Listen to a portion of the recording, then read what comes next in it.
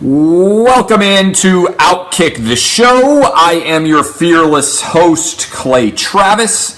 This show is presented by Oddshark. Go to Oddshark for all of your gambling and informational related needs, including the Masters, which is why we're early here on Friday.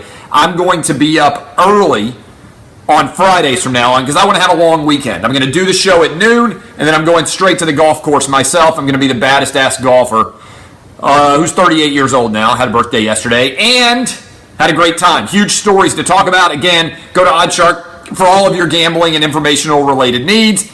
I am Clay Travis. This is Outkick the Show. I hope you heard this morning's show on Outkick the Coverage. We got the numbers for the March podcast. Hundreds of thousands of you. We're going to hit 1 million soon. We're going to hit 1 million downloads in a month soon. Which is pretty cool because obviously a lot of you are listening on the 250 affiliate station, satellite radio channel 83, but we're almost to 1 million just podcast listeners, which is pretty freaking outstanding. And that doesn't count all of the hundreds of thousands of you who watch on Facebook and who watch on Periscope. So it's impossible to get much bigger than we are, but we're going to continue to try. And let's start off with Lavar Ball's racist comments. I don't think there's any way to put them other than racist. He said that the reason why UCLA lost was because they started 3 white players and they couldn't move their feet quickly enough. Of course, the irony here is that his son, who's half white, was not able to move his feet quickly enough to be able to stay in front of De'Aaron Fox from Kentucky, who scored 39 points, the most ever for a first-year player in the NCAA tournament. In fact, if he had just been able to play decent defense, maybe hold De'Aaron Fox to 25 points, then UCLA would have won. But Lavar Ball is not renowned for his ability to make really cogent arguments, so I want to start here. I have long said that one of the biggest flaws I think exists in the media today is the way race is covered. And the way race is covered is only covered with white people being racist towards black people. There's never any other aspect of racial discussion. So I want to start here. Lavar Ball's comments are clearly racist. To me, let me tell you what I believe racism is. Racism is when you see someone and immediately assume what they can or cannot do without having seen any evidence of whether or not that's true. Now, in 2010, Duke started 3 white men, and they won the national championship. In 1986, the Boston Celtics started 3 white men, and they won the NBA championship. Those are incontrovertibly true facts. So what Lavar Ball said is not true. It's also factually untrue because Kentucky got beat by UCLA at home in Rupp with those same white players back in December, I believe it was. So all of those things factor in. Here's something else I want to say. Noticing race and racism are 2 different things. Let me give you an example. I don't think there's any dispute at all with anybody who has a credible, intelligent brain cell that works at all in their body. For me or you or anybody else out there to be able to point out black people are better at basketball than white people are. That is not a racist statement. That is fact. Unless you believe that there's tons of white people all over the world who are making decisions not to make millions of dollars playing basketball. That's the truth, right? In order to believe that black people are not better than white people at basketball, you have to believe that there's this huge collection of white athletes out there who would, if they wanted to, be able to play in the NBA, but they're choosing not to. Or that the NBA is biased against white athletes. I don't believe that is true. I believe that basketball is a meritocracy, and every basketball team is trying to go find the best possible athletes to put on their team. The best possible athletes, more likely than not, happen to be black. That is truth, okay? That's what I believe. Black people are better at basketball than white people. It doesn't mean white people can't be good at basketball. It doesn't mean that an individual black person is going to be better than an individual white person. But taken as a whole, the fact that 12% of the United States population somehow manages to make up 78%, or whatever the math is, of the NBA is a statistical anomaly that is not representative of what would happen by happenstance, right? And also, some things we're perfectly willing to accept. When I say men are better at basketball than women, nobody out there says, oh my God, no, that's not true. It's true. Men are better at basketball than women. And black people are better at basketball than white people are, or Asian people, or Hispanic people, as a group, okay? That's true. Also, it can be true that groups of white people are capable of beating groups of black people, i.e. Wisconsin in 2015 almost won the national championship in basketball. That doesn't mean that white people are better than black people. It means that in that particular subset of a season, there was a team of white people that was capable of beating a team of black people, which proves that what Lavar Ball was saying is incontrovertibly false. Okay? Now, the other thing is, let's take it into the football realm. Do you think it's a coincidence that ever since Jason Sehorn got bumped off the cornerback position, there has not been a white man to start at corner in the NFL? Do you think that the NFL is biased against white corners? Do you think there's this huge collection of white people that would otherwise make millions of dollars playing cornerback, but instead they've decided to go be gym teachers, or they've decided to be accountants, or they've decided to be bus drivers, or they've decided to go build cars? No. I think your average white guy out there would be very happy to be a corner in the NFL. There just aren't that many guys who can be corners in the NFL. And over the past 20 years, it's not a coincidence that every single person who has played cornerback in the NFL is black, or that the majority of running backs, wide receivers, and other skill position players such as that are black as well. That is not racism. It would be blatantly racist in my mind to notice all of these things happening and then not be willing to acknowledge that it's happening, right? Okay, so think about that. Now, next step. When Lavar Ball said what he did, I don't know how much criticism there's been elsewhere. I don't get triggered. I don't get offended. People can have opinions that I disagree with. I think it helps to further the marketplace of ideas when people have incorrect assumptions or make incorrect statements about race, because it allows the conversation to occur surrounding it, and people can say, well, I disagree with Lavar Ball. Let's have a legitimate conversation and explain why he's wrong. And the easy answer is because, again, Lavar Ball, in the way that he phrased his insult, is basically saying it's impossible for a group of 3 white people to beat a group of 5 black basketball players. And that's just not true. The evidence doesn't support that fact. Moreover, what he is doing is judging an individual guy's ability based on what he looks like, which is, let me just go there, the foundation of racism. If you see someone and say, you cannot do that, that is racism, okay? On an individual basis, it is racist to see someone and say, you cannot do that because of your race. I don't buy into that. I don't buy into that line of thinking regardless.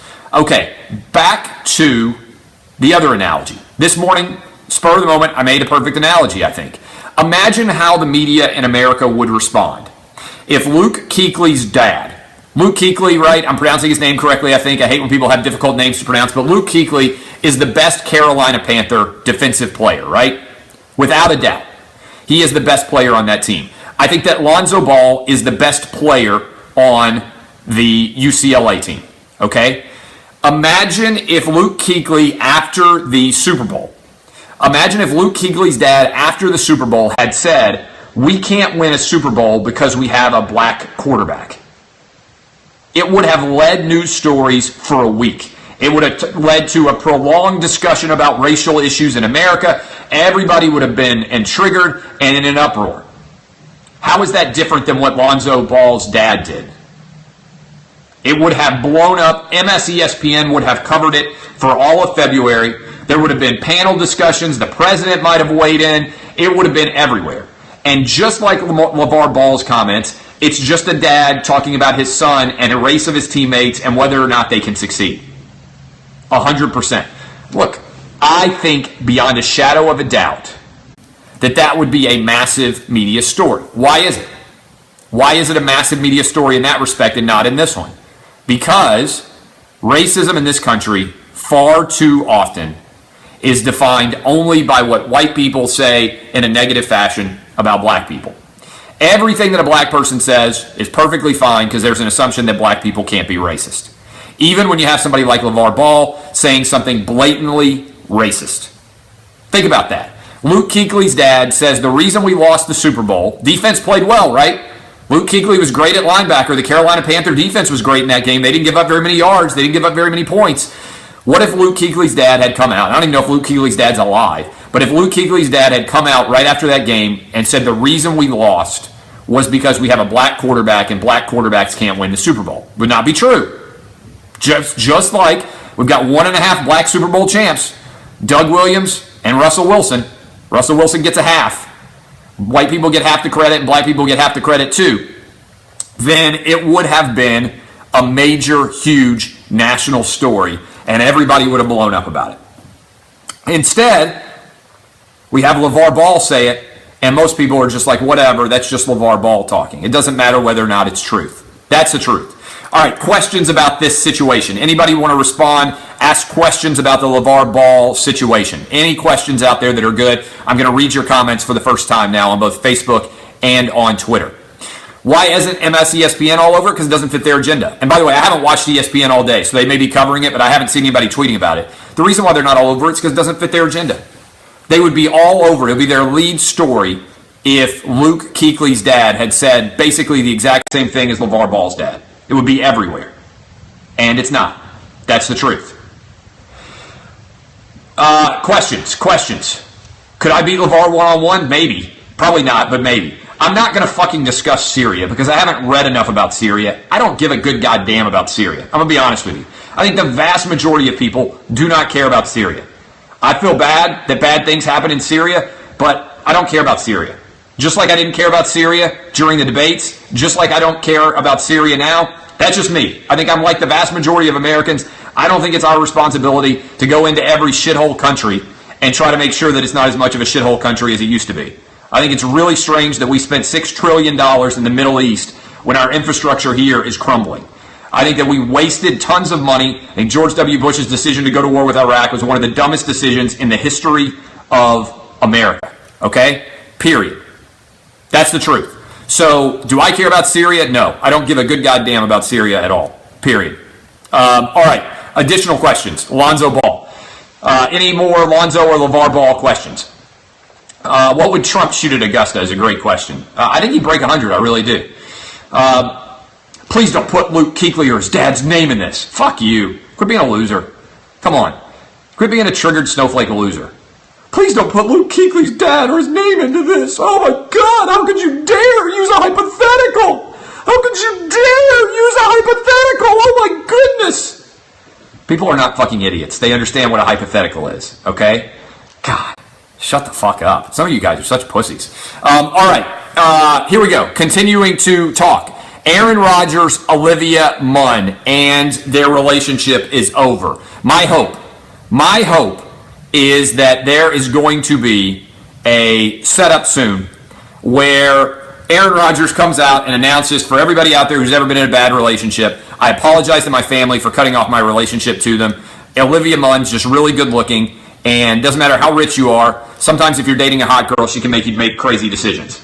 I hope that Aaron Rodgers is back. I hope that he's like, what was it, Indiana Jones, Temple of Doom, when suddenly he gets slapped in the face and he comes out of the trance. I hope that's what happens with Aaron Rodgers. I think that Olivia Munn is hot. I think that Aaron Rodgers can find lots of hot women.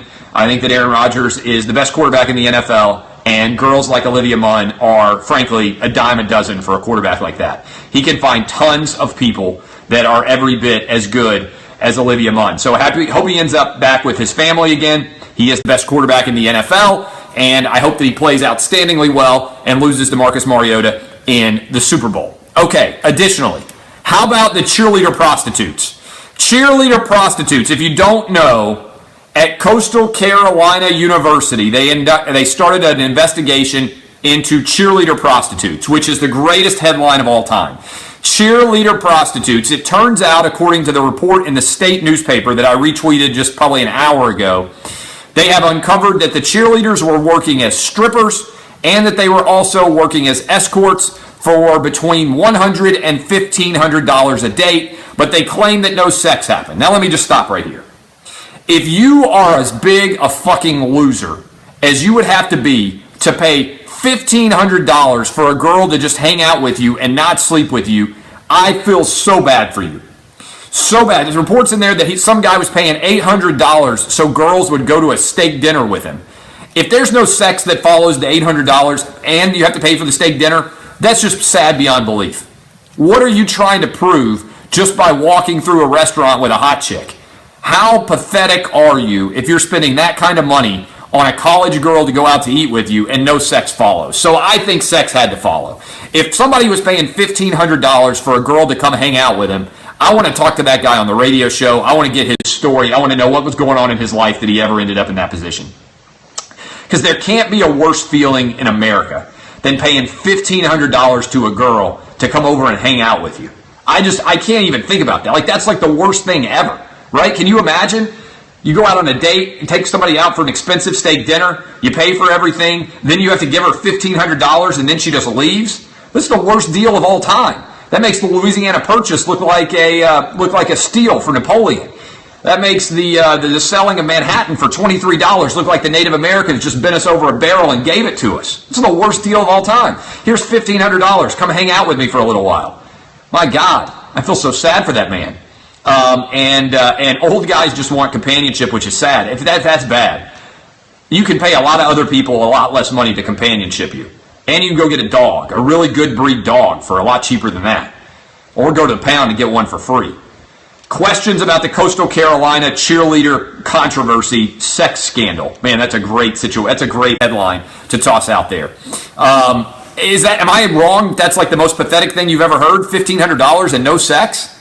$1,500. I mean, that's more than most people make in a week, and all they have to do is hang out with you for a couple hours. The girls, I haven't seen pictures of the girls, but they were Coastal Carolina cheerleaders. How many Carolina cheerleaders are ugly? Come on. Escorts are everywhere now, says the guy who's Raiders to Vegas is his tagline there on Periscope. I don't think at all that it's any. I've said before, I'm totally fine with prostitution being legal. I think that drugs, except for like heroin and hard drugs like that can kill you the first time they use them, I think drugs, prostitution, and gambling should all be legal in this country. If you want to pay for sex, go for it. Look, the reality is this. We're all paying for sex, okay? There isn't a man alive who's not paying for sex. That's 100% the truth. How many men would ever get married if sex didn't exist? If sex did not exist, no man would ever get married. Everybody is paying for sex on some level, right? This is a 100% chance. Women wouldn't get married without sex either, I don't think, but certainly men wouldn't. So all that, like I've argued this before. If you told me right now, I'm talking about the Coastal Carolina story because they're cheerleader escorts, which is like every porn ever made, and I thought it was just totally made up, and it turns out it's real. If I told you right now to take two scenarios and think about them, and I continue to talk about this. If you were at a bar, you're at a bar and you're on a business trip and you're by yourself and you are a single guy, and there's an attractive girl sitting next to you, and you sit next to each other and you pound a bunch of drinks and you're drunk, and then she sits next to you and you say, hey, can I buy you a drink? You want to come upstairs with me? And she says, yeah, I'm happy to go upstairs with you, but I'm a prostitute. You have to pay me. And the guy who's sitting there is like, well, how much is it going to cost? She's like, whatever it is, for $400. Let's say $400. And he's got $400. And he says, okay. And he goes upstairs with her, and he goes into his wallet to take out the $400. And then, boom, suddenly the vice squad arrives. They bust him. They charge him with solicitation of a prostitute. It goes public. His picture's in the paper, all those things. Is that, and there's this girl who was trying to get him entrapped, sitting next to him at a bar, drinking with him, saying it's going to cost $400 to have sex with me. And that girl is paid for by your tax dollars, and her job is to pretend to be a prostitute all day long and try to bust dudes who want to have sex with her. Is that more honest? Or is the girl who just decides to be a prostitute and sell sex more honest? Which job is more honest? To me, it's a no-brainer. The girl who is selling herself as a prostitute, selling sex, is infinitely more honorable to me than the person who is in the vice squad working for our tax dollars trying to bust guys for having sex with her. 100% true. Like, that's my opinion. I don't think that should be a crime. There's a demand that is far in excess of the amount of sex that exists in this country, right? If you want to try to sate that demand by selling your sexual services, that's fine. We let people sell their labor all the time. All you're doing when you sell sex is selling your labor. I sell my words for money. I sell my words spoken, written, for money. A lot of you sell all sorts of things that you do for your labor. Why should you not be able to sell your sex? I don't understand. And moreover, I've asked this question. Why can you sell your sex in porno movies, but you can't sell your sex outside of porno movies? Isn't that a strange proposition? You can sell your sex if tons of people watch you have sex, but you can't sell your sex if it's exclusive to one other person. I don't understand the legality of that. That's why I've always said there's an incredible loophole that I think could be exploited by a business. Why can't I start a business where guys show up, pay for sex, get it videotaped, and then get an exclusive porno movie starring themselves that they get to keep? Why is that not legal? 100%. Why is that not 100% legal? I don't want to go to jail for it, but it seems to me that that's 100% legal. Seems to me that should be 100% legal, right? Anyway, so we're talking about the Coastal Carolina cheerleaders. Any questions? Any questions out there from you guys about this situation? It is sad if you have to pay somebody to have dinner with you. Even sadder if you have to pay them $1,500. Demand is greater than sex supply. 100% true. Why do you think sex sells? Because there's not enough sex. Right? I mean, that's the most basic level. Why does sex sell? Why is there so much sex sold? Because there's more demand for sex than there is sex availability for free. It's the most basic business process out there. Why does porn exist? Because there's a lot more guys who want to see girls naked than there are girls who are they're going to be able to see naked. I mean, this is not complicated. It's not rocket science. All right, additional questions. How much would you pay a stripper? Not much. Not when I'm sober, anyway. I've had to be fingerprinted at strip clubs before on bachelor parties. That's when you know you're at a good. That's when you know you're at a good bachelor party. When you have put enough money on your credit card that they make you do the fingerprint before they will let you sign your bill. I don't know if anybody else has ever been there. I've been out in Vegas and they've been like, "Sir, before we can run this credit card bill, you got to give us your fingerprint." That's when you know you've had a fun night. When your credit card is maxed out. And maybe not maxed out, but you've got a big enough charge on your credit card, a few $1,000s, and you got to give the thumbprint in order to be able to get out of the strip club. And just so you can't claim that somebody stole your credit card. That's when it's been a fun night in Vegas. Okay, finally, how about Tebow? My man Tebow steps up in his first at bat in Columbia, South Carolina, and what does he do? He goes yard. And like a true gentleman, what did he do in the video? He stopped running at second base, because if you know anything at all about Tim Tebow, you know he's not going to go to third. You know he's not going to round third and go home. Unbelievable success story. Tim Tebow went up and hit a home run on his first at bat, and the guy who he hit the home run off of, and this is incredible, he was the 666th pick in the Major League Baseball draft. What are the odds that Tebow would overcome the Antichrist yet again? What an incredible performance by Tim Tebow.